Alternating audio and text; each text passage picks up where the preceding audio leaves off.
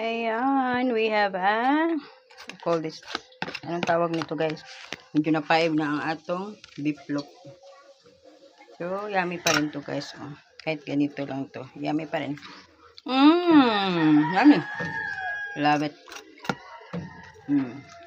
So, ito siya, dalawang ano to. Dalawang beef. Tukan pala to, tukan. So, dalawang kanang nakuha. Ngayon naman, dito tayo sa egg. Wala man tayong kutsara, no? So, ito yung ano natin. Ihalo. Kasi walang kutsara. Nilagyan ko na siya ng asin. Ayan.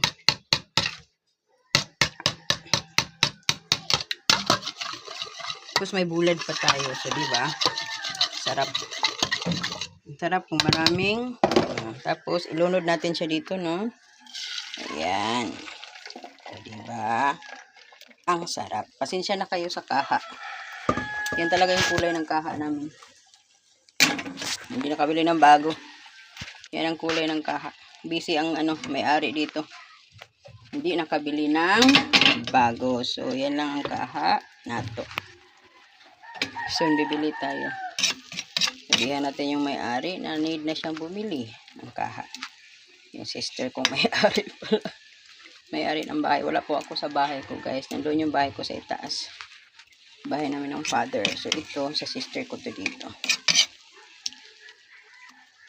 Ayan. Yummy egg. So, ayan. Tagal yung maano. Ganyan ko. Para madali siyang maluto. So, nasa dirty kitchen pala tayo. Kailangan na itong sigaan.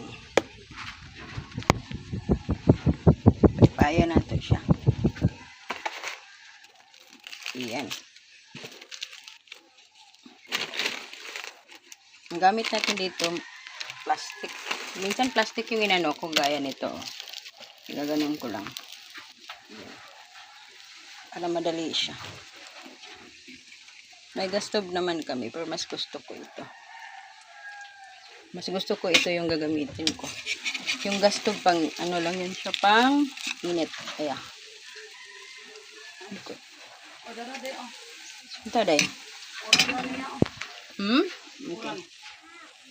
Ay, kaditsa kay ang video. Kaditsa ha.